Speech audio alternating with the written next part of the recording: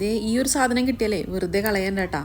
നാട്ടിൽ നിന്ന് ചേച്ചി കൊടുത്തുവിട്ട സാധനങ്ങളിൽ ഉണ്ടായിരുന്നതാണ് ഈ നക്ഷത്രപ്പുളിയും കാന്താരി മുളകും. എന്ത് ചെയ്യണമെന്ന് അറിയാണ്ടിരിക്കുന്ന സമയത്താണ് ഞാൻ ദക്ഷിണ ചാനലിലെ ആ നക്ഷത്രപ്പുളിയുടെയും കാന്താരി മുളകിൻ്റെയും ആ ഒരു വീഡിയോ കാണുന്നത്. അപ്പോൾ കാന്താരി മുളകും നക്ഷത്രപ്പുളിയും വെച്ചിട്ടുള്ള വെള്ളച്ചാറിനെ നമ്മുടെ ഇന്നത്തെ ഐറ്റം. കുറച്ച് ഉപ്പ് തേച്ചിട്ട് അതുകൊണ്ട് മാറ്റി വയ്ക്കാം. പൊട്ടിത്തെറി കുറച്ച് കൂടുതലായതുകൊണ്ട് കടുകിനെ ഉലുവനെ നമുക്ക് ആദ്യം പരിഗണിക്കാം. അതൊന്ന് പൊട്ടി വരുന്ന സമയത്ത് വെളുത്തുള്ളി ഇഞ്ചിട്ട് നല്ലപോലെ ഒന്ന് മൂപ്പിച്ചെടുക്കണം. കുറച്ച് വറ്റൽമുളകും കറിവേപ്പിലും കൂടി ചേർത്തിളക്കിയതിന് ശേഷം കായത്തിൻ്റെ പൊടി, മുഴുവൻ കായ ഉണ്ടെങ്കിൽ അതാട്ട് ഏറ്റവും നല്ലത്. എൻ്റെ കയ്യിൽ കായത്തിൻ്റെ പൊടി ഉണ്ടായിരുന്നുള്ളൂ, അത് ചേർത്തു. പിന്നെ നമ്മുടെ കാന്താരി മുളക് പറയാനുണ്ടോ, അത്യാവശ്യം ഇരുണ്ടിട്ടാ.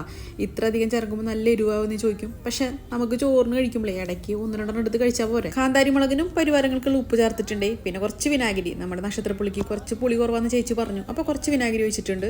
എല്ലാം നല്ലപോലെ ഇളക്കി മറിച്ച് നമ്മുടെ കാന്താരി മുളകൊക്കെ എണ്ണയിൽ കിടന്നൊന്ന് മൂത്തുന്ന് കണ്ടാലും നമുക്ക് നക്ഷത്രപ്പുളി കൂടി ചേർക്കട്ടെ. നക്ഷത്രപ്പുളി ഇട്ടതിന് ശേഷം അധികം ഇളക്കി മറിക്കേണ്ട ആവശ്യമില്ല, പെട്ടെന്ന് വാടിക്കോളും. പിന്നെ ഞാൻ തന്നെ ഒറ്റയ്ക്ക് തിന്ന് തീർക്കണ്ടേന്ന് ആലോചിക്കുമ്പോൾ ഒരു സന്തോഷം.